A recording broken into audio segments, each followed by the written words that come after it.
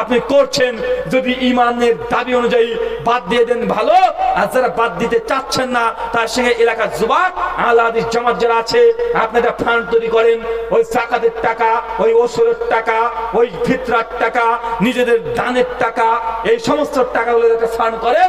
আর যে ব্যক্তিরা বিড়ি বিক্রি করতে চাচ্ছে না, বন্ধ করতে যাচ্ছে না, তার সঙ্গে কন্ট্যাক্ট করেন, ভাই এক মাসে ক টাকা লাভ করো বিড়িতে, 500 টাকা, আমরা 500 টাকা দেবো, বিড়ি বিক্রি করতে পারবে না। ওকেও বাঁচাও, এলাকাকেও বাঁচাও, সমাজকে বাঁচাও, ধর্মকে বাঁচাও। আহলে হাদিসের এই মানহাজকে, তাদের বৈশিষ্ট্যকে যুব সমাজকে বাঁচাতে হবে। কাকে কথা বলেন? কাকে? পারবো তো? কথা বলেন। যে অনেক জায়গাতে বন্ধ করে দিয়েছি এই পদ্ধতি অবলম্বন করে, অনেক চেষ্টা করেছিলাম। এলাকাতে মানুষ এসে যদি অবাক হয়ে যায়, কোন দেশে এলাম রে ভাই, কোন দেশে? এলাকাতে একটা বিড়ি নেই, ভয়ে মানুষ বিয়ে দেবে না এলাকাতে। কিন্তু মনে রাখেন, যেমন দেবে এলাকাতে বিড়ি বিক্রি হয় না, এখানে জর্দা বিক্রি হয় না, এখানে খৈনি বিক্রি হয় না, টাকা দিলে পাবে না মানুষ। মানে যখন এসে বলে বিড়ি, দোকানদার রাগ করে মনে কি বললি তুই, মানে তুই পারলে মারবো, মানে এই বিড়ি চাইলি, মানে মানে দোকানদারকে এরকম মুডের হতে হবে, মানে মানুষের ভয়ে না চাই। কথা কি বুঝতে পারছেন? আপনি হারাম কেন বিক্রি করবেন? আপনি বিড়ি জর্দা বিক্রি করা মানে মদ বিক্রি করা। আপনি মদের টাকায় রোজগার করতে যাচ্ছেন, বিড়ি বিক্রি করছেন, জর্দা বিক্রি করছেন, হারাম ইনকাম, হারাম বিক্রি করছেন। ওই বিড়ি বিক্রি করা মানে সোরে গোস বিক্রি করার ন্যায় হয়ে যাবে। মানে অত দূর বলছি না, মানে হারামের ক্যাটাগরি দিয়ে বলছি। যদি বিড়ি এবং সোরে গোসের মধ্যে পার্থক্য আছে গ্রেডের দিক থেকে, দুটোই হারামের অন্তর্ভুক্ত কি অন্তর্ভুক্ত নেই? কথা বলেন। জি, আল্লাহ নবী যে আয়াতে বলছে ইয়া আইয়ুহাল্লাযিনা আমানু ইন্নামাল খামরু ওয়াল মাইসির, নিশ্চয়ই মদ এবং জুয়া এই দুটো হচ্ছে হারাম। চাচা, আপনার চায়ের দোকান চলছে, টিভি চালিয়ে দিয়েছেন, আপনি দেখছেন খেলা চলছে ব্রাজিল আর্জেন্টিনা, আপনার পাশে যদি কেউ যদি বলে এই বলটা মারছে 6 হবে, 6 না হলে 50 টাকা দেব, ভাই এমন জুয়া আছে না নাই? জি, কেউ যদি আপনার দোকানে বসে এরকম জুয়া ধরে, থাপ্পড় মারে দোকান থেকে বের করে দিতে হবে। কথা বুঝতে পারলেন না? যে আয়াত আল্লাহ মদকে হারাম করেছে, ওই আয়াতে জুয়াকে হারাম করেছে। কালী পূজা বাম্পার 1 কোটি টাকা, 100 টাকার টিকিট নেন, 1 কোটি টাকা উপহার আছে না নাই? ফিউচার টিকিট মাত্র 1 ঘর কাটবেন, 6 লাখ টাকা ক্যাশ পেয়ে যাবেন, আছে না নাই? মুসলমানের বাচ্চারা কাটে কি কাটে না? আরে ওই টিকিট কাটা যা সরে গোস খাওয়া তাই, ওই টিকিট কাটা যা মদ খাওয়া তাই, ওই টিকিট কাটা যা আপনি অন্য হারাম কাটা তাই। এলাকাতে বন্ধন আছে না নাই? জি, বন্ধন থাকা মানে জেনা করা, যাত্রার সঙ্গে জেনা করা নয়, নিজের মায়ের সঙ্গে জেনা করা, এই কথা আমাদের নয়। আমাদের নবী মুহাম্মদ রাসূলুল্লাহ সাল্লাল্লাহু আলাইহি ওয়াসাল্লাম তিনি বলছেন, সূরা তিরমিজি 3608 নম্বর হাদিস, আল্লাহ নবী বলছেন কেউ যদি জেনে বুঝে 1 টাকা সুদ খায়, 1 টাকা বন্ধন থেকে যদি লোন নিয়ে নিয়েছে, আল্লাহ নবী বলছেন ওই ব্যক্তি নিজের মায়ের সঙ্গে জেনা করলে যত পাপ হয়, যে পরিমাপের পাপ ওই কোয়ালিটির ওই ব্যক্তি একাই তত পাপ করে নিয়েছে। ওটা ছিল আরবি ভাষায়, নবী বলে গেছেন 1400 বছর আগে। আপনি বাংলা বললাম, আপনি বাঙালি, তাই নবী বলছেন কেউ যদি সুদ খায় 1 টাকা জেনে বুঝে, তাহলে মায়ের সঙ্গে জেনা করলে যত পাপ আপনি তত পাপ করছেন। ভাইজান, এই হাদিসগুলো আল্লাহ নবীর, আমাদের উপরে আঙ্গুল তুলে লাভ নেই, যুক্তি দেখে লাভ নেই। এখন তাহলে সুদ ছাড়া চলবো কিভাবে? হুজুর বড় বড় কথা বলে, মৌলবীদের কাজে আয়, এই কথা বলে আপনি নিজে বেঁচে যেতে পারেন, আমার সামনে থেকে আল্লাহর খাতায় বাঁচবেন। কথা বলেন। আপনাকে জোর করে মানাতে আসি নাই। আল্লাহ নবীর হাদিস ছিল আরবিতে, জাস্ট আপনাকে বাংলাতে বলে গেলাম, আপনি মানলে মানতে পারেন, আর যে না মানেন মনে করবেন নবীকে কাজ করা দেখাবেন। নবী তোমার কথা শুনলাম, মানলাম না, এটাকে আমাকে অপমান করা না আল্লাহ নবীকে অপমান করা? কথা বলেন। কারণ আমি নিজের কথা বলছি না, আল্লাহ নবী এই কথাগুলো বলেছে। তাই যুব সমাজ, তরুণ সমাজকে আমি কঠিন একটা দায়িত্ব দিয়ে যাচ্ছি। এলাকাতে প্রথমেই যে কাজটা করতে হবে, নিজেই কোনো নেশা করব না, নেশা কাউকে করতে দেব না, এলাকাকে এইভাবে গড়ে তুলতে হবে। মসজিদের ইমাম সাহেব যিনি আছেন তাদের জন্য একটা দায়িত্ব দিয়ে দিব। মসজিদের ইমাম সাহেব যিনি আছেন তার জন্য একটা দায়িত্ব আমার পক্ষ থেকে। যেই ছেলে বিয়ে করার সময়তে, যেই বাপ তার মেয়েকে বিয়ে দেওয়ার সময়তে কি দেয়, যে কি দেয়, হ্যাঁ ওটা লোন, আবার অনেকে লোন বলে যে শ্বশুরের কাছ থেকে লোন নিয়েছি পরে ঠিক করতে দেবো, আছে না নাই? যৌতুক যৌতুক আছে না নাই? আছে। ইমাম সাহেবের দায়িত্ব, যুবকদের একটা দায়িত্ব দিয়েছে, নেশা দ্রবীত করতেই হবে। মুসলিম সমাজে নেশা চলতে পারে না। তারপরে আহলে হাদিস সমাজ এটা অসম্ভব, এটা হতেই পারে না, এলাকা থাকবে না, ইতিহাস তৈরি করে দিতে হবে। আনন্দবাজার পত্রিকার নদিয়া মুর্শিদাবাদ যে পেজটা থাকে ওইখানে খবর আসা চাই যে আপনাদের পলাশীর এই রায়পুর এলাকায় এমন একটা জায়গা, এখানে বিড়িও পাওয়া যায় না, সিগারেটও পাওয়া যায় না। আপনাদের এলাকায় পুলিশ স্টেশনের যিনি হেড অফিসার আসবেন, যে থানার ওসি আসবেন, প্রত্যেক 2 বছর 4 বছর ও যেন প্রথমে একটা আজব খেয়ে আর সর্বনাশ। কোন এলাকায় এলাম না বাবা, এখানে বিড়ি পাওয়া যায় না, সিগারেট পাওয়া যায় না, বড় বাবু যদি খেতে আসে খবরদার, আমাদের এলাকাতে এসেছেন, বিড়ি খাওয়া চলবে না, বিড়ি খাওয়া যাবে না, বড় বউকে বলতে হবে। কথা কি বুঝতে পারছেন? এটা খুব কঠিন কাজ নয়। সমাজের পর একটা রাষ্ট্রকে পরিবর্তন করতে আপনি আপনার সমাজকে পরিবর্তন করে দেন, পাশের গ্রামের মানুষ পাশের সমাজ থেকে পরিবর্তন করে দেবে। এই জন্য বেশি মানুষের দরকার হয় না, এই জন্য মাত্র 5 থেকে 10 জন যুবক দরকার। 5 থেকে 10 জন যুবক যদি থাকে, ইয়া ওমর বিন খাত্তাব যদি এই রাস্তা দিয়ে হাঁটতো, শয়তান 40 হাত দূর থেকে পালিয়ে যেত। কথা কি বুঝতে পারছেন? এমন 10 জন যুবক লাগবে একটা গ্রামকে কন্ট্রোল করার জন্য। যদি প্রত্যেকটা গ্রাম থেকে এরকম কিছু যুবক বেরিয়ে আসে, এই সামাজিক সোশ্যাল ওয়ার্ক করবে, যে ইসলামের সঙ্গে সংশ্লিষ্ট। মসজিদের ইমাম সাহেব কঠিন ভূমিকা পালন করতে হবে। যে মেয়ে, যে বাপ নিজের মেয়ের বিয়ে দেওয়ার জন্য যৌতুক দিচ্ছে, যে যুবক বিয়ে করার জন্য হিরো হন্ডা পালসার গাড়ি নিচ্ছে, ইমাম সাহেব বলবে তোমাকে 2000 কেন রে, তুই যে 2 লাখ টাকা দিস, তোর মেয়ের বিয়ে আমি পড়াতে যাবো না। কথা বুঝাতে পারলাম না? এটা ইমাম সাহেবের দায়িত্ব। কার দায়িত্ব কথা বলেন? এটা ইমাম সাহেবের দায়িত্ব। যে 2000 কেন, 5000 কেন, 20,000 দিলেও ওই বিয়ে পড়াতে যাব না। যেই বিয়েতে কি আছে কথা বলেন? যৌতুক আছে। যেই বিয়ে মেয়েকে বের করে নিয়ে চলে এসেছে, কোন জমাত মেয়েটাকে বের করে 14 ফেব্রুয়ারিতে নিয়ে চলে এসেছে, এসে হুজুরকে এসে বলছে, এলাকাতে অনেক জায়গায় রেজিস্ট্রেশন থেকে বিয়ে করার জন্য গিয়ে বলছে, হুজুর চলে এসেছি। হুজুর কোনো সমস্যা নেই, চলে আয়। ও একটা ছেলেকে নিয়ে এসেছে, মানে ওই বন্ধু তার আরেক বন্ধুকে নিয়ে এসে, ও নাকি সাক্ষী। চিন্তা করেছেন? মানে এক শিয়াল আর এক শিয়ালের বিয়ের সাক্ষী। ও তো একটা মুরগি ধরে নিয়ে এসেছে, ও আবার সাক্ষী করাচ্ছে আরেকজনের বন্ধুকে। আর দাঁড়িয়েলা টুপিয়েলা হুজুর, ও হচ্ছে কোনো ব্যাপার না, আমি তোমার উকিল বাপ হয়ে গেলাম। মানে ও নিজে উকিল বাপ হয়ে ও বিয়ে পড়াচ্ছে। শুনে না তিরমিজি হাদিস নম্বর 1102, আল্লাহর নবী বলছেন, লা নিকা ইল্লা বিওয়ালি, ওই বিয়েটা বৈধ নয় যে বিয়েতে মেয়ের ওয়ালি রাজি নেই। ওয়ালি মানে মেয়ের বাপ জীবিত আছে, কিন্তু মেয়ের বাপ রাজি নেই মেয়ের বিয়েতে। আপনি যদি একবার কেন 1 কোটি বার যদি আপনি মেয়েটাকে পালে নিয়ে এসে বিয়ে করেন, ওই বিয়েটা বাতিল, ওই বিয়েটা হারাম, ওই বিয়েটা জায়েজ নয়। আল্লাহর নবীর কথা, না নিকা ইল্লা বিওয়ালি, ওই বিয়েটা বৈধ নয় যে বিয়েতে মেয়ের বাপ রাজি নেই। মেয়ের বাপ যদি মারা যায়, মেয়ের চাচা হতে হবে। চাচা যদি না থাকে, মেয়ের বড় ভাই হতে হবে। মেয়ের বড় ভাই যদি না থাকে, মেয়ের ছোট ভাই হলেও চলবে। যে বুদ্ধি আছে, বিবেক আছে, এমন ব্যক্তি লাগবে। কিন্তু মেয়েকে নিয়ে একটা ছেলে বের করে নিয়ে এসেছে, মসজিদের ইমামও যদি বিয়ে দিয়ে দেয়, মেয়ের বাপ রাজি না হয়, ওই বিয়ে বাতিল। কি বললাম কথা বলে? যদি আমাদের মমতা দিদি এসে যদি বিয়ে পড়িয়ে দেয়, তবুও বাতিল। আমাদের এলাকাতে আবার আছে, মেয়ে একটা ছেলেকে প্রেম করে, মেয়ের বাপ রাজি না, বিয়ে দেবে না, জেনে নিয়েছে। মেয়ের খালা মনি আছে, খালা বোঝেন না ভাই?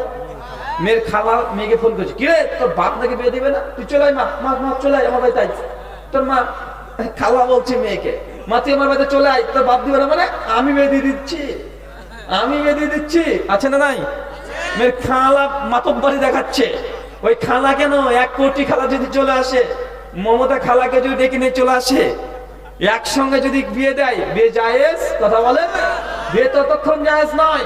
জি, রাষ্ট্রের নায়ক তো মেয়ের বিয়ে দিতে পারে, তাই মেয়ের বাপ মা 14 গোষ্ঠী কেউ থাকবে না। অথচ সে হিন্দু ছিল, খ্রিস্টান ছিল, নতুন ইসলাম কবুল করেছে, সেই সময় রাষ্ট্রনায়ক যে থাকে ওর নেতৃত্বে বিয়ে হতে পারে। কিন্তু যেহেতু মেয়ের বাপ আছে, ওরা বিশ্বের মানুষ রাজি আছে, মেয়ের গোয়ালি রাজি নেই, বিয়ে করলে ইসলামী শরিয়া অনুযায়ী ওটা বিয়ে নয়, ওটা ভারতবর্ষের রাষ্ট্র অনুযায়ী বিয়ে হয়ে গেছে, সরকারি ভাবে হতে পারে, তবে এটা ইসলামী দৃষ্টিকোণ থেকে বিয়ে নয়। এর জন্য ইমাম সাহেবের দায়িত্ব আমি এই কথা বলে গেলাম, দুটো দায়িত্ব। এক, যে বিয়েতে যৌতুক আছে ও বিয়ে পড়ানো যাবে না, পড়াবেন না। দেখেন না এলাকা থেকে যৌতুক কিভাবে বিদায় নাই। দুই, ইমাম সাহেব শর্ত দিয়ে দেবেন বিয়ে পড়াতে যাবো, কিন্তু বাড়িতে যে ডেক বাজে, বক্স বাজে, যাবো না, ঘুরে চলে আসবো। কথা বুঝতে পারলাম না? যে ডেক বাজে, ডিজে বাজে, এটা মুসলমানের বিয়ের একটা আদর্শ নয়। সেই বুখারী মুসলিমের হাদিস, আল্লাহ নবী কানে আঙ্গুল দিয়েছে, হঠাৎই রাস্তা দিয়ে যাচ্ছে, মুআয বিন জাবাল আছে, অনেকগুলো সাহাবীর নাম ঘটনার মধ্যে পাওয়া যায়। তিনি রাস্তাতে যাচ্ছেন, হঠাৎ করে আল্লাহ নবী কানে আঙ্গুল দিয়েছে, আল্লাহ নবী আঙ্গুল দিয়েছে, চিৎকার করে আল্লাহ নবী বলেছে, মুআয, লাব্বাইকা রাসূলুল্লাহ, জি আল্লাহ রাসূল বলুন, কিছু শুনতে পাও? জি। আল্লাহ রাসূল আবার চলতে শুরু করে, একটু পর বলছে, মুআয, মুআয কিছু শুনতে পাও? জি আল্লাহ রাসূল শুনতে পাই। আল্লাহ রাসূল আবার চলতে শুরু করেছে, মুআয, কিছুক্ষণ চলার পরে বলছে, কিছু শুনতে পাও? মুআয বিন জাবাল বলছেন, যতক্ষণ আল্লাহর নবী কানে গানের আওয়াজ, বাদ্যযন্ত্র শুনতেন, কান থেকে আঙ্গুল বের করতেন না। কি বের করতেন না? কথা বলেন। আল্লাহর নবী যখন কোনো বাদ্যযন্ত্র হারাম আওয়াজ শুনতেন, কানের মধ্যে আঙ্গুল পুরে দিতেন। কি পড়তেন? কি পড়তেন? আঙ্গুল পুরে দিতেন, বের করতেন না। মুসলমানের বাচ্চা কানে হেডফোন ধরে গান শুনে,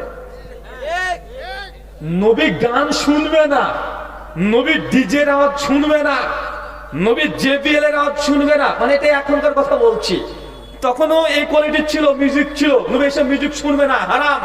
এই জন্য যখন শুনতেন কানে আঙ্গুল ঢুকে দিতেন। আর মুসলমানের বাচ্চা কানে হেডফোন দিয়ে শুনছে। একদম 100% উল্টো। কি উল্টো নয়? কথা বলেন। একদম 100% উল্টো। তাই মৌলভী সাহেবের আর একটা দাবি, আর একটা আপনাকে কঠোর হতে হবে, চাকরি বাদ হয়ে যাক। চাকরিকে নিয়ে ভাবিয়েন না, চাকরিকে নিয়ে ভাবিয়েন না। মিশকাত হাদিস নাম্বার 73, মিশকাত হাদিস নাম্বার 5300, আল্লাহ নবী বলছেন, দুটো জিনিস মানুষকে খুঁজে বেড়ায়। কয়টা জিনিস? কথা বলেন। দুটো জিনিস মানুষকে খুঁজে বেড়ায়। এক, মৃত্যু। আপনার মৃত্যু যদি কলকাতার সিটি হলের পাশে হয়, এখানে আপনি আলোচনা শুনছেন, মৃত্যু লেখা আছে, বিকেল 5:15, স্থান আল্লাহ একদম লিখে রেখেছে কলকাতার সিটি হলের পাশে। দেখেন এখানে আছেন ঠিক, কিন্তু 5:15 ওখানে পৌঁছে যাবেন। কিভাবে যাবেন? আপনার 14 গোষ্ঠী জানে না। এই জন্য আল্লাহ নবী বলেছে, মানুষকে দুটো জিনিস খুঁজে বেড়ায়। কয়টা জিনিস? দুটো জিনিস মানুষকে খুঁজে বেড়ায়, আপনার খোঁজার দরকার নেই। দুটো জিনিস মানুষকে খুঁজে বেড়ায়, মানে আপনাকে খুঁজে বেড়াচ্ছে, পিছে পিছে তাড়ছে আপনাকে, আপনার তারা দরকার নেই। এক, মৃত্যু। দুই, রিজিক। কি বললাম? রিজিক। মানে টাকা পয়সা আপনাকে খুঁজে বেড়াচ্ছে, একদম তেলে বেড়াচ্ছে, যেখানে ইনকাম ওখানে আপনাকে পৌঁছিয়ে দেবে। কিভাবে দেবে এটা আপনি বুঝতে পারবেন না। আল্লাহ নবী এই জন্য বলছেন, একজন মানুষ তার নির্দিষ্ট রিজিক যতক্ষণ না পাচ্ছে, আল্লাহ যে রিজিক ভাগ্যের তাকদিরে লিখে দিয়েছে, এটা যতক্ষণ সে উপার্জন করছে ততক্ষণ তার মৃত্যু হবে না, মৃত্যু আটকে দেবে। কথা বুঝতে পারলাম না? একজন মানুষের ভাগ্যে আল্লাহ যে রিজিক লিখে দিয়েছে, যে আপনি গোটা জীবনে 1,32,67,365 টাকা ইনকাম করবেন, এটা আপনার তাকদিরে লেখা আছে। কথা কি বুঝতে পারছেন? আগে থেকে লেখা আছে। আপনি 3খানা গরু খেয়ে ফেলবেন, আপনার তাকদিরে লেখা আছে। টোটালি 1665 খানা মিষ্টি খাবেন, ভাগ্যে লেখা আছে। 55 কেজি দই খাবেন, এটা ভাগ্যে লেখা আছে। 34 খানা ছাগল খাবেন, এটা লেখা আছে। 205 খানা মুরগি খাবেন, এটা ভাগ্যে লেখা আছে। বুঝতে পারলেন কি? এটা আপনার ভাগ্যে আগে থেকে লেখা আছে। 54 কুইন্টাল 65 কেজি 665 গ্রাম আপনি চাল খাবেন, এটা ভাগ্যে লেখা আছে। এখন যদি আপনি এখনই বেশি বেশি বেশি বেশি বেশি চাল খেয়ে নেবেন, তো শেষ আর খেতে পারবেন না। আল্লাহ তো ঠিক একদম এঁটে দেবে, আপনি খেতে পারবেন না। আপনার ভাগ্যে লেখা আছে 1800 খানা মিষ্টি খাবেন টোটাল। আপনি এখন একটা যুবক পেয়েছেন, লোকের বাড়িতে যান, খানা খান, একদম বলছেন যে মিষ্টি আছে পাল্লা পালি দিচ্ছেন, গলা পর্যন্ত মিষ্টি খেয়ে নিচ্ছেন, খান না। 15 বছর খাবেন, শেষ বয়সে ডাক্তার বলবে যে তোমার সুগার হয়েছে, তখন তোমার কোটি কোটি টাকা, মিষ্টি দেখবা লাল পড়বে, কিছু করার নেই। আছে না নাই? কথা বলে। ভাবছেন যে লোকের বাড়িতে পাচ্ছি, একদম খাসি মেরে দিচ্ছি, গরু বাড়িতে তো 4 পিস 5 পিস খান, 100-150 গ্রাম খান, বিয়ের বাড়িতে 700 মেরে দিয়েছে, ওই গর্ব করে বলছেন চলো বিয়ে বাড়ি আজকে সেটে দিয়ে চলে আসবো। ভাবছেন যে 150 টাকাতে একটা কাপলেটের সেট নিয়ে গেছি, যে কোনো মূল্যে হোক 150 টাকা তুলতেই হবে, গলা পর্যন্ত মেরে দিয়েছেন, কিছু খাবো না, ভাত খাবো না, গোস খাবো আর দই খাবো, মিষ্টি খাবো। ভাই আছে না নাই প্লেয়ার? এরকম প্লেয়ার আছে না নাই? আছে। ও ভাবছে খেয়ে একদম শেষ করে দেবে। বাট আল্লাহর নবী বলছেন প্রত্যেকটা মানুষকে দুটো জিনিস খুঁজে বেড়ায়, যে রিজিক, আল্লাহ আপনার ভাগ্যে যে রিজিক লিখে দিয়েছেন, এই রিজিক আপনি যতক্ষণ না পাচ্ছেন আল্লাহ আপনার মৃত্যুই দেবে না। কথা বুঝতে পারছেন? মৃত্যু আপনাকে ধরতে পারবে না। যতক্ষণ রিজিক আছে, একটা চালের দানা যদি আপনার ভাগ্যে থাকে, ওটা খাওয়ার পরেই আপনার মৃত্যু হবে, নচেত আপনার মৃত্যু হবে না। এই জন্য আল্লাহ নবী বলছে, অতএব হে আমার সাহাবীরা, তোরা সৎ পথ অবলম্বন করো, হারাম পথকে পরিত্যাগ করো, কারণ তুমি দ্রুত রিজিককে পাওয়ার আশা করতে গিয়ে খবরদার হারাম পথকে বেছে নিও না। কথা মনে বুঝতে পারলেন না? এটা মারাত্মক কথা।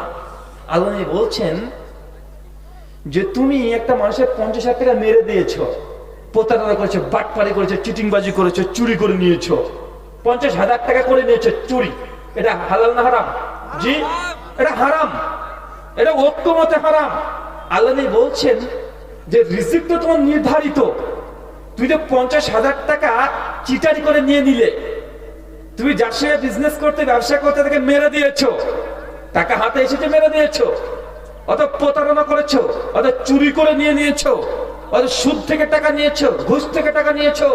রাস্তাতে পুলিশগুলো আছে, 10 টাকা না দেন হাঁ করে দাঁড়িয়ে আছে, দেখেন এটা কি পুলিশ 10 টাকা ঘুষ খায়? আছে না ভাই? অনেক সিভিক আছে 5 টাকা ঘুষ খায়, আছে না ভাই? রাস্তায় দাঁড়িয়ে ভ্যানা লাগাচ্ছে, ঘুষ নিচ্ছে 5 টাকা। আজীব ব্যাপার। আল্লাহ নবী বলছেন যে তোমার যে রিজিক এটা তো নির্ধারিত, তুমি হালাল পথ অবলম্বন করো, হারাম পথে করো না। কেন? কারণ তুমি যদি ধৈর্য ধারণ করো, যে রিজিক আছে তুমি হালাল পথেই পাবা। অপেক্ষা করো, যে টাকা তুমি আজকে হারাম পদ্ধতিতে নিয়ে নিয়েছো, চুরি করে সিটারি করে আগে তুমি এই তোমার রিজিকটাকে নিয়ে নিয়েছো, কোন পথে নিলে? কথা বলেন, হারাম পথ। যে ধৈর্য ধারণ করতে আল্লাহ হালাল পথে দিয়ে দিত, একটু ধৈর্য ধারণ করলে। কথা বলে বুঝতে পারছেন না? একটু ধৈর্য ধারণ করলে আপনাকে হালাল পথেই দিত, কারণ রিজিক নির্ধারিত। আপনার রিজিক কেউ খাবে না, আপনি আপনার নিজের রিজিক খাচ্ছেন, আপনি আপনার রিজিক খাচ্ছেন, আপনার রিজিক কেউ চুরি করে নিয়ে যেতে পারবে না। রিজিক আল্লাহ সুবহানাহু ওয়া তাআলার কাছ থেকে কন্ট্রোল হয়। সূরা বাকারা প্রথম কয়েকটা আয়াত নিয়ে পড়ে নেবেন। মনে রাখবেন, যুবক তরুণ সমাজরা আছে, তারা মনে করছে, তার বাপ মনে করছে যে ছেলে আমার বয়স এখন 26, ছেলে বিয়ে করতে চায়, বাপ মা বিয়ে দেয় না। আছে না নাই?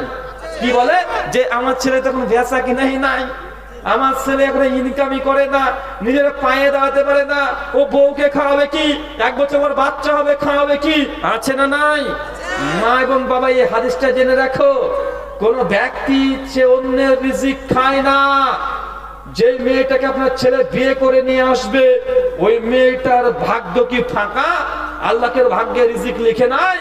ওই মেয়েটার রিজিক মেয়েটাই আপনার বাড়িতে এসে খাবে। মেয়েটা যখন তার বাপের বাড়ি থেকে শ্বশুর বাড়িতে চলে আসছে, মেয়েটা যতক্ষণ বাপের বাড়িতে ছিল, আল্লাহ ওই মেয়েটার রিজিক তার বাপের আমলনামায় দিয়েছিল, তার বাপের মাধ্যমেই ওর মেয়ের রিজিক দিয়ে দিত। কথা মনে বুঝতে পারছেন না? একটা মেয়ে যখন বাপের আন্ডারে আছে, বাপের আয়ত্তাধীন আছে, আল্লাহ ওই মেয়েটা যে যা খায় তার রিজিক ওটা তার বাপের ইনকামে দিয়ে দেয় অটোমেটিক। কোন দিক থেকে দেবে আপনি বুঝতে পারবেন না। ওই মেয়েটা যখনই বাপের কাছ থেকে তার জামাইয়ের কাছে চলে আসছে, তার স্বামীর কাছে চলে আসছে, অনেক যুবককে দেখবেন আগে ইনকাম করতো না, বিয়ের পর দেখবেন ইনকাম বেড়ে গেছে। আছে না নাই? আছে না নাই? মানে কেন? বউটা এসেছে, ওই বউটার রিজিক আল্লাহ আপনার ইনকামে দিয়ে দেবে অটোমেটিক। আপনার যখনই বাচ্চা হবে, ওই বাচ্চার ইনকামটা, বাচ্চার রিজিকটা আল্লাহ বাপের ইনকামে ঢুকিয়ে দিবে। কিভাবে আপনি বুঝতে পারবেন না। অনেক ছেলেরা আছে, মা বলছে মা অসুস্থ, বাবা 100 টাকা দে, ওষুধ কিনতে হবে। 2 দিন 3 দিন 4 দিন দিয়েছে, 2 মাস 4 মাস দিয়েছে, 5 মাসে বলে বলছে আমি গত মাসে তোমাকে দিয়েছি, তুমি বড় ভাইয়ের কাছ থেকে নাও। আছে না নাই? মা চেয়েছে 500 টাকা, বলে আমি দিচ্ছি তো মা 5 মাস থেকে, তুমি বড় ভাইয়ের কাছে যাও না, বড় ভাইয়ের কাছ থেকে নাও, আমি দিলাম তো ভাই। আছে না নাই? এই ছেলে বোঝেনি এখন রিজিক কি জিনিস। এই ছেলে যদি বুঝতো তাহলে কখনো বলতো না যে মা বড় ভাইয়ের কাছে যাও। এই বেটা, তোর মাকে যদি তুই 500 টাকা দিস, এই 500 টাকা যে রিজিক তোর মার দিলি ওটা তোর মায়েরই টাকা। ওই রিজিক তুই যদি ব্যয় করিস, আল্লাহ তোর ইনকামের মধ্যে তোর মায়ের রিজিকটা দিয়ে দেবে। কথা কি বুঝতে পারলেন? যদি আপনি মায়ের পেছনে খরচ না করেন, বড় ভাই যদি খরচ করে, মায়ের রিজিকটা বড় ভাইয়ের ইনকামে আল্লাহ ঢুকিয়ে দেবে। আপনি জাস্ট এখানে খারাপ হয়ে গেলেন। কথা বুঝতে পারছেন? এটা হচ্ছে পরীক্ষা। এটাই মানুষের সূক্ষ্ম পরীক্ষা, বুঝে না। মানুষ রিজিকের কাছে এসে ফেলে মেরে যায়, মানুষ তাকদীরের কাছে এসে ফেল মেরে যায়। তাকদীর, ঈমানের মধ্যে 6 নম্বর রুকন কি? কথা বলেন। তাকদীর, যে আল্লাহ আপনার ভাগ্যে যা লিখে রেখেছে এখানে মানুষ ফেল করে যায়। বাপ মাকে 2 দিন 500 টাকা, 4 দিন 500 টাকা দিয়েছেন, তারপরে দিতে পারছেন না, আপনার মনে হচ্ছে যে আপনি নিজের টাকা দিয়ে দিচ্ছেন। বা এটা আপনার নিজের টাকা নয়। আপনি যদি বাপকে যদি 500 টাকা দিয়ে সহযোগিতা করেন, জেনে রাখবেন ওই টাকা আল্লাহ কোনো না কোনো ভাবে আপনার ইনকামের মধ্যে ঢুকে দিবে। কারণ বাপ যে তখন ইনকাম করছে না, তার রিজিক তো আছে, ও রিজিকটা তার সন্তানের মধ্যে দিয়ে দেয়। তাই এই কথা কখনো ভুল করবেন না যে আমি আমার মেয়েকে খাওয়াচ্ছি, আমি বউকে খাওয়াচ্ছি, আমি বাবা মাকে খাওয়াচ্ছি, অতএব আমার টাকা খাওয়াচ্ছি। জি না, এটা আপনার টাকা নয়, ওটা ছেলের টাকা, ছেলেই খাচ্ছে। আল্লাহ আপনার রিজিকের মধ্যে, ইনকামের মধ্যে তার রিজিকটা ভরে দিয়েছে। এই জন্য দেখবেন আপনার 50 বছর পার হয়ে যায়, 60 বছর পার হয়ে যায়, বাপের ইনকাম যখনই কমতে শুরু করে, বেটা ইনকাম করতে শুরু করে দেয়। আছে না নাই? অনেক উদাহরণ পেয়ে যাবেন। বাপ আগে ইনকাম করতো 30,000 টাকা, বেটা তখন সামান্য ইনকাম করতো না। বেটা যখন ইনকাম করতে শুরু করে দিয়েছে, 2-4 বছর হয়েছে, বাপের ইনকাম কমতে শুরু করেছে। আছে না নাই? কথা বলেন। জি, কারণ এক একজনই ইনকাম রিজিকার এক এক রকমের। কারণ আমার বাপ এখন আমাকে দেখছে প্রত্যেক মাসে 5,000 টাকা আমার পেছনে ব্যয় করতো, তার বাপের আমি দায়িত্বশীল ছিলাম, এখন নিজে ইনকাম করছি। এই জন্য আমার যে রিজিক আমার বাপের কাছে কমিয়ে দিয়েছে আল্লাহ। কথা বুঝতে পারলেন না? আমি এখন নিজে রিজিক খেতে শুরু করে দিয়েছি, নিজে ইনকাম করছি। এই যে বাপের ইনকাম সেটা কমিয়ে দিবে, মানে আমার দায়িত্ব বাপের তো নাই, আমি নিজে খাচ্ছি, নিজে রোজগার করছি, বাপের আর জিম্মেদারি নেই। আল্লাহ সুবহানাহু ওয়া তাআলা এই রিজিক এটাকে বোঝার তৌফিক দান করো। সকলে বলি আল্লাহুম্মা আমিন। সামনে শুধু আপনাকে এই কথা বললাম, আমলে চলে, নেক আমল, উত্তম আমল, এই আমলগুলো আপনারা করবেন। আল্লাহ সুবহানাহু ওয়া তাআলা আমাদেরকে আমলগুলো করার তৌফিক দান করো। চলে পড়ি আল্লাহুম্মা আমিন। আর রিজিক এটা নিয়ে কখনো চিন্তিত হবেন না। তাকদীরে যা আছে সেটা মন থেকে মেনে নেন। বাপ মার পেছনে খরচ করেন, আপনার রিজিকে বরকত নাজিল হবে। আসমান থেকে আল্লাহ সুবহানাহু ওয়া তাআলা পিতা মাতার পেছনে, সন্তানের পেছনে, নিজের বোনের পেছনে খরচ যদি করেন, আল্লাহর নবী বলছেন তার রিজিক আল্লাহ বৃদ্ধি করে দেন। আল্লাহ সুবহানাহু ওয়া তাআলা তুমি আমাদেরকে রিজিক তথা আমাদেরকে খরচ করার তৌফিক দান করো। সকলে পড়ি আল্লাহুম্মা আমিন। জি শেখ, আপনি প্রশ্ন করেন, আমি যৎসামান্য কিছু উত্তর দেব ইনশাআল্লাহ। জি, প্রশ্ন। একজন ভাই প্রশ্ন করেছেন আবু তাহা মোহাম্মদ আদনান সম্পর্কে আমাদের মতামত কি? এই প্রশ্নের উত্তর আমি বেশ কয়েকবার দিয়েছি। বাংলাদেশে, ঢাকাতে একবার, টাঙ্গাইলে একবার, রাজশাহী সম্মেলন একবার দিয়েছি, ইউটিউবেও আছে। মনে রাখবেন, আবু তাহা মোহাম্মদ আদনান নয়, যে কোনো আলোচক, বক্তার কণ্ঠ, বক্তার ভাষা, এগুলো শুনে আপনি ওয়াজ শুনবেন না। কথা বুঝতে পারছেন? যখন শুনবেন সেই সময়তে মনে রাখবে দুটো জিনিস। এক, দলিল। কি বললাম? বক্তা তথ্য দিচ্ছে কিনা এটাকে দেখতে হবে। 2 নম্বর, তথ্যটার ব্যাখ্যা যেটা করছে, মানে কোরআনে আয়াত পড়লো, পরে ব্যাখ্যা করছে নিজের মতো, এই নিজের ব্যাখ্যা চলবে না। কথা কি বুঝতে পারছেন? নিজের ব্যাখ্যা চলবে না। একজন হিন্দু কোরআন পড়ছে, কি হয় জানেন? একজন হিন্দু কোরআন পড়ছে, সূরা বাকারার 39 নম্বর আয়াত পর্যন্ত পড়েছে, পরে বলছে মা কোরআনের মধ্যে মূর্তি পূজা। কি বলেন তো ভাই? কোরআনের মধ্যে মূর্তি পূজা কেন? আদমকে আল্লাহ মাটি দিয়ে তৈরি করেছে, মাটির মূর্তি। ফেরেশতাকে বলছে আদমকে সিজদা করো, এই দেখো মূর্তিকে সিজদা করতে বলছে, তার মানে কি মূর্তি পূজা? এখন কোরআন পড়ে বুঝেছে মূর্তি পূজা আছে। কথা বুঝতে পারছেন না ভাই? তাই কোরআন পড়ে ব্যাখ্যা যদি কেউ ব্যক্তিগত করে, এটাকে মানা যাবে না। এই জন্য আমরা আবু তাহা মোহাম্মদ আদনানের অনেক আলোচনা ত্রুটি বিচ্যুটি অনেক বেশি। আর আপনারা তার কথা শুনে আবেগে পড়েছেন, বাবা এরকম একদম জায়নিস প্রসঙ্গে বলছে, ইসরায়েল প্রসঙ্গে বলছে, পৃথিবীর ইতিহাস বলছে, মুসলমান উম্মার ঐক্যের কথা বলছে, উম্মা দরদি কথা বলছে। কিন্তু এই কথাগুলোর মধ্যে অধিকাংশ সিংহভাগে ভুল এবং মিথ্যা অভিযোগ। আবু তাওবা মোহাম্মদ আদনানের ভিডিওর উপরে পোস্টমর্টম করে 25খানা পর্ব করা আছে, 25খানা ভিডিও পর্ব আছে এবং 25খানা আর্টিকেল লেখা আছে। বইটা প্রকাশ হচ্ছে অচিরেই। আব্দুল্লাহ মৃধা একজন বাংলাদেশের একজন বিখ্যাত ওস্তাদ, তিনি তার প্রত্যেকটা ভিডিওকে কোথায় কোথায় সে ভুল করেছে এবং এই ভুলগুলো যেমন তেমন ভুল নয়, একদম বড় বড় মিস্টেক, একদম বড় বড় মিস্টেক করেছে, এগুলোকে তিনি আলোচনা করেছেন। তাই আমরা বলবো তার আলোচনা থেকে সাবধানে সতর্ক থাকবেন। কি বললাম? সাবধান এবং সতর্ক থাকবেন। যদি তার বক্তৃতা শুনতে চান, আগে আপনাকে ওই বিষয়ে নিজেকে পড়তে হবে। কিয়ামতের আলামত বলছে, আখিরুজ জামান প্রসঙ্গে আলোচনা করছে। আপনি একটা হাদিস পড়েছেন আগে? কথা বলেন, নিজেই তো পড়েননি। যদি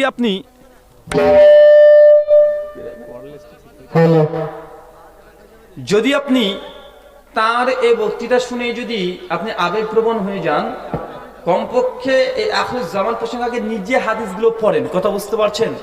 নিজে যখন হাদিসগুলো পড়বেন তখন কোন বক্তা ঠিক বলছে, কোনগুলো ভুল বলছে আপনি ধরতে পারবেন। কথা বুঝতে পারলেন না ভাই? তাই জন্য আগে আপনি আখিরুজ জামান প্রসঙ্গে নিজে হাদিসগুলো পড়েন, পড়ার পর দেখবেন নিজে ধরতে পারবেন যে বেটা এই কথাটা তো ভুল বললো, হাদিসে নেই, এই শব্দ ঢুকে দিয়েছে। এবং অনেক হয়েছে, আমাদের আলোচনা দেখেন পেয়ে যাবেন। আমি কাউকে ছোট করার জন্য বলছি না, নিজের বরত্ব প্রকাশ করার জন্য বলছি না, তার জন্য বলছি যে সে আখিরের জামান, কিয়ামতের আলামত, দাজ্জাল, ইয়াজুজ মাজুজ, কাগজের টাকা চলবে না, কত কি বলছে। আপনি অন্তত হাদিসগুলো পড়েন, দেখেন এমন কিছু কথা নেই, এমনি নিজের ইচ্ছা মতো ব্যাখ্যা করে ছেড়ে দিচ্ছে।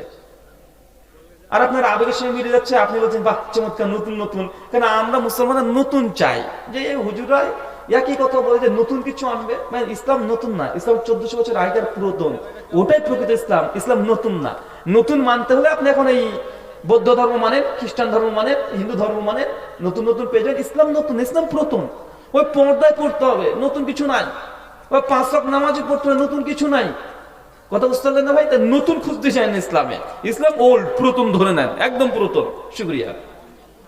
একজন স্বামী তার স্ত্রীকে ছেড়ে কতদিন বাইরে থাকতে পারে? একজন স্বামী তার স্ত্রীকে ছাড়া কতদিন থাকতে পারে? বাইরে কতদিন থাকতে পারে?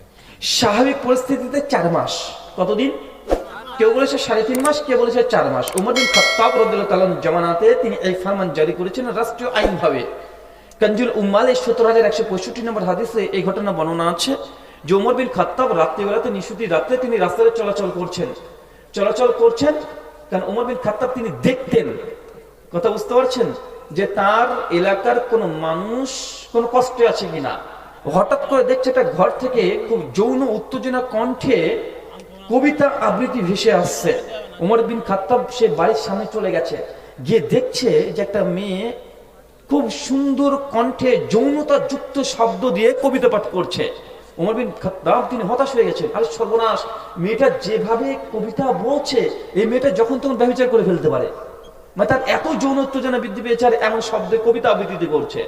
ওমর বিন খাত্তাব তার পরের দিন সেই বাড়িতে নক করেছে, খোঁজ নিয়েছে, মেয়েটাকে বলছেন যে কালকে তোমার কি হয়েছিল। মেয়েটা তখন বলছে যে আমিরুল মুমিনিন, খলিফাতুল মুসলিমিন, আমার স্বামী অনেক দিন ধরে সে বাইরে গিয়েছে রাষ্ট্রের কাজে। ওমর বিন খাত্তাব রাষ্ট্রীয়ভাবে তার স্বামীকে পাঠিয়েছেন, অনেক বাইরে চলে গেছে। তো অনেক দিন হয়ে গেল, কিন্তু আমার স্বামীকে আমার প্রয়োজন, আমার স্বামীকে আমার প্রয়োজন। কে বলছে? কথা বলেন। ওই মেয়েটি বলছে যে আমার স্বামীকে আমার প্রয়োজন, তাকে খুব মিস করছি, আমার খুব ইচ্ছে করছে তার ফিজিক্যাল। কথা বুঝতে পারছেন? শারীরিক দিক থেকে সে খুব তাকে মিস করছে। ওমর বিন খাত্তাব হতাশ হয়ে সে বাড়িতে চলে গেছে, শুধু পায়চানা মারে যে কি শুনলাম, এটা আমি পাঠিয়ে দিয়েছি তার স্বামীকে রাষ্ট্রের কাজ করার জন্য। এখন এই মেয়েটা যৌনত্ব জন্য ছটফট করছে তার স্ত্রী। এই মেয়েটা যদি এখন জেনাবে বিচার করে দেয়, এই মেয়েটার দায়িত্ব তখন আমার। আমি খলিফা দেশের, আর আমি পাঠিয়েছি তার স্বামীকে। মেয়েটা জেনা করবে, দায়িত্ব কে দেবে? আল্লাহ গুনাহর তো আমি ওমর বিন খাত্তাবকে আল্লাহ দিয়ে দেবে। ওমর বিন খাত্তাব কিভাবে কি সিদ্ধান্ত নেবে তিনি নিতে পারছেন না। বারবার শুধু রাস্তাতে পায়চারি মারে, গেটের সামনে পায়চারি মারে। হঠাৎ করে ওমর বিন খাত্তাব তার মেয়ের ঘরে ঢুকে পড়েছে, গেটটাকে নক করেছে। হাফসা রাদিয়াল্লাহু তাআলা গেটটাকে খুলে ফেলেছে। ওমর বিন খাত্তাবের মেয়ে সঙ্গে সঙ্গে বাপ তার মেয়েকে বলছে, মা আমি একটা বিপদে পড়ে গেছি, তোমার কাছে একটা প্রশ্ন। একটা মেয়ে তার স্বামীকে ছাড়া কতদিন থাকতে পারে বলো? মেয়ে অবাক, বলে কি? বাপ মেয়েকে জিজ্ঞাসা করছে। মেয়ে তখন লজ্জায় মাথা নিচু করে দিয়েছে, বলে কি আব্বা? যে একটা মেয়ে তার স্বামীকে ছাড়া কতদিন থাকতে পারে? বাপ এই প্রশ্ন করছে মেয়েকে। মেয়ের সঙ্গে সঙ্গে মাথা নিচু করে ফেলেছে। আর হাফসা বলছে নিশ্চয় ওনার বাবা কোনো বিপদে পড়েছে, নিশ্চয় কোনো সমস্যা ঘটেছে। এই প্রশ্ন আমার আব্বা আমাকে করবে না। মেয়ের সঙ্গে সে লজ্জাতে কথা বলতে পারছে না। এইভাবে 3টে আঙ্গুল তখন দেখিয়ে দিয়েছে, এবার 3 আঙ্গুল। একটু ধীরে ধীরে ধীরে ধীরে ধীরে ধীরে ওই 4 আঙ্গুল তিনি তুলেছেন। ওমর বিন খাত্তাব বুঝে নিয়েছেন তেমন একটা মেয়ে সর্বোচ্চ 3 থেকে 4 মাস এর মধ্যে সময় পর্যন্ত অপেক্ষা করতে পারে তার স্বামীর জন্য। এরপর তার শারীরিক যৌনতা এটা অতীব তীব্র হয়ে যায়। এই মেয়েটা তখন আর থাকতে পারে না, যে কোনো সময় একটা অ্যাকশন করে দিতে পারে, মানে যাত্রার সঙ্গে ব্যবসারে লিপ্ত হয়ে যেতে পারে। ওমর বিন খাত্তাব দ্রুত রাষ্ট্র আইন ঘোষণা করে দিলেন, যারা যেখানে আছে, যারা ব্যবসার কাজে গিয়েছো, যারা জিহাদে গিয়েছো, যে রাষ্ট্র পৌঁছানোর কাজে গিয়েছো, যে ইসলামের তাবলীগের কাজে গিয়েছো, সবাই 4 মাসের বেশি যেন না থাকে। 4 মাস। তবে হ্যাঁ, কোন স্ত্রী যদি তার স্বামীকে প্রস্তুতি, কোন স্ত্রী যদি তার স্বামীকে চুক্তি করে যে না তুমি থাকো, আমার কোনো প্রবলেম নেই, আমি পাচ্ছি। বউ যদি, স্ত্রী যদি তার স্বামীর সঙ্গে এটাকে যদি চুক্তি করে নাই, সম্মতি দেয়, ওয়াদাবদ্ধ হয়ে যায় যে তুমি থাকো, আমার কোনো সমস্যা নেই, আমি নিজেকে হেফাজত করব, যদি স্ত্রী অনুমতি দেয় তবে স্বামী থাকতে পারবে। কথা বুঝতে পারলেন না ভাই? এটা বেশি বলতে খুব সহজ। এগ্রিমেন্টে যে সৌদি মধ্যে না 3 বছর 4 বছর সেই কথা বলে না। জি, আমার উত্তর ওটাই। এখন স্ত্রী যদি কোনো সময়তে বলে যে কতদিন থাকছো, চলে আসো, স্ত্রী যদি এই কথা বলে আপনার জন্য থাকাটা জায়েজ হবে না, হারাম হয়ে যাবে। কথা বুঝতে পারছেন না? আর আপনি যদি না আসে, দেখো এসেছি 1.5 লাখ টাকা খরচ করে, 2 লাখ টাকা খরচ করে আসলাম, কেবল 1.5 বছর হলো গো, আসবো আর 1 বছর থেকে আসি, আর বউটা বলছে না তুমি আসো, কিন্তু স্বামী বলছে না ইনকামটা করেই আসি। বউ যদি জেনে ব্যভিচার করে, বউ তো জেনে করছে, ওকে তো একদম ইসলামী বিধান অনুযায়ী তাকে হত্যা করতে হবে, তো হবেই। স্বামীকেও এই গুনার ভার বহন করতে হবে। কথা বুঝতে পারছেন? স্বামী গুনাহ পাচ্ছে, শুকরিয়া, জাযাকাল্লাহু খায়রান।